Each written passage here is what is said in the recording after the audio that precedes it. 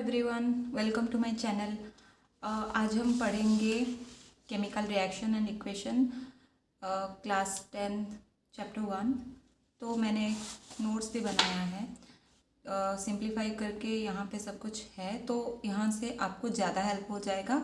जो चैप्टर आपको बुक से पढ़ना थोड़ा डिफ़िकल्ट लगता है तो मैं आपको नोट्स से समझा दूँगी, फिर आप अगर बुक पढ़ोगे तो it will be easy for you.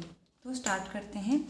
Chemical reaction and equation, ये वाला जो डेफिनेशन का पार्ट होता है ये आपके बोर्ड के लिए बहुत इंपॉर्टेंट है। तो रिएक्शन का डेफिनेशन ये है कि it is a process in which one or more substance or reactants are converted to one or more different substance or product.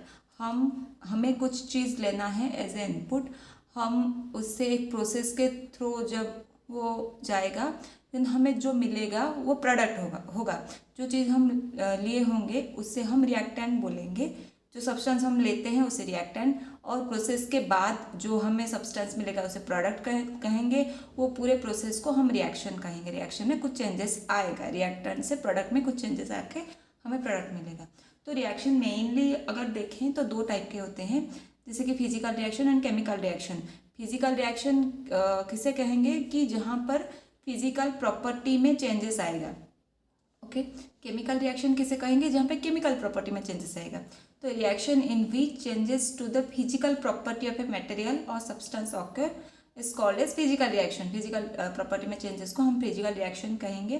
Physical property जैसे डेंसिटी, मास, वॉल्यूम, यहाँ पे अगर आप चेंजेस देखोगे तो वो श्योरली एक फिजिकल रिएक्शन हो रहा है वहाँ पे, अगर डेंसिटी, मास, वॉल्यूम में चेंज आ रहा है। बट केमिकल रिएक्शन में क्या होगा कि chemical reaction in which changes to the chemical property. Chemical property में चेंजेस कैसे देखोगे आप कि bond breaking and making, it's a chemical property. Bond breaking and making अगर हो रहा है तो वहाँ पे आप केमिकल रिएक्शन बोल सकते हो। बॉन्ड ब्रेकिंग, कलर चेंजिंग, जैसे कि आप यहाँ पर देखो H2 एंड O2, H2O का फॉर्मेशन हो रहा है। तो H2 तो साथ में थे ना, वो जब बॉन्ड टूटा, O के साथ 2H का बॉन्ड फॉर्मेशन हुआ, उसके बाद ही H2O का फॉर्मेशन हो पाया। तो क्या हुआ, यहाँ पे बॉन्ड ब्रेकिंग एंड मेकिंग का प्रोसेस हो रहा है, तो ये वाला केमिकल रिएक्शन के अंडर आएगा। हमें पता कैसे चलेगा कि केमिकल रिएक्शन हो रहा है? तो ये चारों प्रॉपर्टी आपको देखना है कि ये सब हो रहा है कि अगर हो रहा है तो ये श्योरली केमिकल रिएक्शन को इंडिकेट कर रहा है। Changes in state, changes in colour, evolution of gases, changes in temperature, अगर आप ये चारों देख रहे हैं तो ये एक लिमिटेड हो रहा है। बट आपको आगे जाके पता चलेगा केमिकल रिएक्शन कैसे पहचानोगे। आपके बुक में सिर्फ यही दिया हुआ है, तो आप ये चारों को याद रख लेना। कुछ एग्जाम्पल केमिकल रिएक्शन का, तो रेस्पिरेशन ब्रीदिंग सेम नहीं है। Respiration is a different process, breathing is a different process. निश्वास लेना और प्रश्वास लेना एंड निश्वास को त्यागना, वो प्रोसेस को हम ब्रीदिंग बोलते हैं। पर जब रेस्पिरेशन की बात आता है तो वहाँ पे एटीपी फॉर्मेशन ये सब आ जाते हैं, वो आपके हायर क्लास में पढ़ाया जाएगा। तो रेस्पिरेशन ब्रीदिंग में कभी कंफ्यूज मत होना। डाइजेशन ऑफ फूड डाइजेशन जब होता है तो breaking of bond, complex food simple food में कन्वर्ट हो रहा है तो ब्रेकिंग ऑफ बॉन्ड हो रहा है, तो ये केमिकल रिएक्शन में जाएगा। Fermentation of grapes, denaturation of milk protein, rusting of iron, ये सारे केमिकल रिएक्शंस हैं। ये आपका बुक में जो लिखा हुआ है कि क्या हम अपने रियल लाइफ में क्या क्या देखते हैं कि मिल्क अगर समर में अगर टेम्परेचर तो ज़्यादा होता होगा, तो अगर हम मिल्क बाहर रख देते हैं तो वो मिल्क के प्रोटीन जो होते हैं वो डीनेचुरेट हो जाएंगे। आयरन के तावा, पैन, नेल, इस सब को अगर हम ह्यूमिड एटमॉस्फेयर में भी रख दें, रस्टिंग लगना स्टार्ट हो जाएगा। ग्रेप फर्मेंट होना, फूड कुकिंग होना, ये सारे आपके केमिकल रिएक्शन जो आपके सराउंडिंग डेली लाइफ में आपके हो रहे हैं। ओके, तो ये वाला कुछ इंपॉर्टेंट नहीं है। ये जो आपका एक्टिविटी 1.1 दिया हुआ है, ये मैंने जब 10th क्लास में भी थी तो तभी भी हमारे टीचर ये किए थे, ये एक्सपेरिमेंट क्लास में लाके। तो ये आपका बर्नर है, ये आपका टोंग के सहायता से आप ये पकड़ेंगे मैग्नीशियम रिबन को और जलाएंगे। ये एक क्वार्ट्ज गैस है, जो भी जो निकलेगा यहाँ पे गिरेगा। ओके, तो यहाँ पे क्या हो रहा है, जब आप वो रिबन, मैग्नीशियम के रिबन को आप लेके जलाओगे फायर से, तो आपका जो मैग्नीशियम रिबन होगा तो वो मैग्नीशियम का होगा, एंड वो जो एटमॉस्फेयर में ऑक्सीजन होगा वो मैग्नीशियम प्लस ऑक्सीजन के साथ रिएक्शन करके वो आपका बना देगा मैग्नीशियम ऑक्साइड। ओके, तो वही लिखा है कि डैजलिंग फ्लेम के साथ, डैजलिंग वाइट फ्लेम के साथ वो बर्न होगा, आपकी डैजलिंग वाइट फ्लेम के साथ वो बर्न होगा, changes into white powder. This powder is called as magnesium oxide. It is form due to the reaction between magnesium and oxygen present in the air. Air में जो oxygen है उसकी वजह से आपके मैग्नीशियम ऑक्साइड का formation हो रहा है।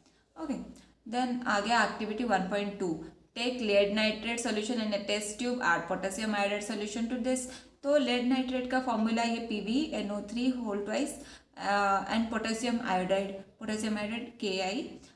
तो वो क्या फॉर्मेशन करेगा, potassium nitrate and lead iodide. Okay, ये वाला जो आप केमिकल इक्वेशन हमेशा लिखोगे, मैंने यहाँ पे कुछ लिखा नहीं है, फर्दर मैं आपको बता दूंगी नेक्स्ट वीडियो में।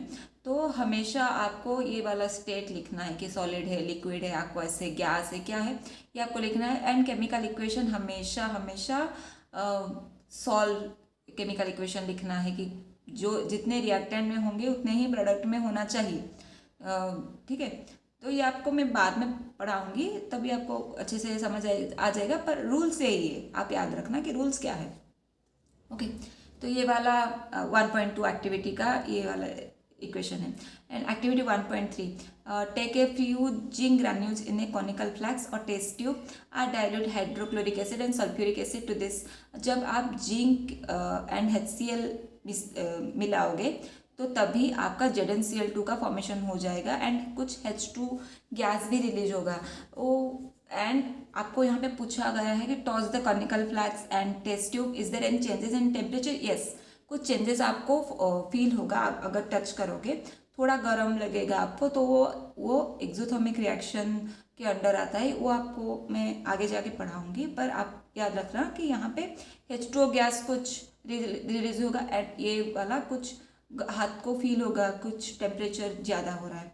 ये वाला तो मैंने आपको पढ़ा दिया कि क्या कैसे आप पहचानोगे कि कौन सा केमिकल रिएक्शन है। Okay,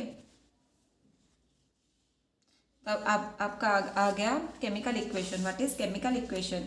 a chemical equation is a symbolic representation of a chemical reaction in the form of symbols and formula with mention of physical state. With physical state with symbol आपको represent करना है। जब हम एक reaction पढ़ते हैं तब हम इतना ज़्यादा डिस्क्राइब करना हमारे लिए थोड़ा डिफ़िकल्ट हो रहा है, हमें कुछ आसान बनाने के लिए हम ये वाला इक्वेशन हम निकाले, जिससे जहाँ पर हमें विथ स्टेट हमें लिखना होगा। ये जब भी आप एक इक्वेशन देखोगे, जो लेफ्ट साइड में होगा वो रिएक्टेंट होगा, जो राइट साइड में होगा वो प्रोडक्ट होगा। ये वाला जो डेफिनेशन है आप इसको याद रख लेना। S for solid, L for liquid, Q for aqueous and G for gas. ये वाला जो स्टेट्स होते हैं ये आपको हमेशा लिखना है। ओके, अगर आप देखोगे एक इक्वेशन में सिंगल एरो दिया हुआ है तो रिएक्शन का मूवमेंट जो हो रहा है वो सिर्फ एक डायरेक्शन में हो रहा है, तो ओनली प्रोडक्ट फॉर्मेशन हो रहा है। अगर ये जो डबल एरो आपको दिखाई देगा तो रिएक्टेंट प्रोडक्ट में भी कन्वर्ट हो रहा है, प्रोडक्ट फिर से रिएक्टेंट में कन्वर्ट हो रहा है। ये जो रिएक्शन दोनों साइड से हो रहा है। एंड देन रिएक्टेंट की definition, substance which take part in the chemical reaction is called as reactant. हम जो पहले लेते हैं कि प्रोसेस के थ्रू जाएगा उसे हम रिएक्टेंट कहेंगे। हमेशा लेफ्ट हैंड साइड में प्रेजेंट होता है, ये वाला लेफ्ट हैंड साइड हमेशा लेफ्ट हैंड साइड में प्रेजेंट होगा। Product, the substance which are formed in the chemical reaction is called product. जो हमें मिलेगा वो प्रोडक्ट होगा, एंड वो हमेशा राइट हैंड साइड में प्रेजेंट होगा। यहाँ पे यही सब बताया गया है कि LHS, अगर दो रिएक्टेंट है तो हम उसे प्लस साइन के साथ दिखाएंगे। अगर दो रिएक्टेंट है प्लस साइन के साथ दिखाएंगे। दो प्रोडक्ट हुआ भी तो भी हमें वो प्लस साइन के साथ दिखाना है। लेफ्ट हैंड साइड में रिएक्टेंट होगा, राइट हैंड साइड में प्रोडक्ट होगा। यही सब यहाँ पे बोला हुआ है कैसे हमें एक केमिकल इक्वेशन लिखना है। तो आज के लिए इतना ही। आपको फिर नेक्स्ट वीडियो में मैं टाइप्स ऑफ केमिकल रिएक्शन से मैं स्टार्ट करूँगी। Thank you.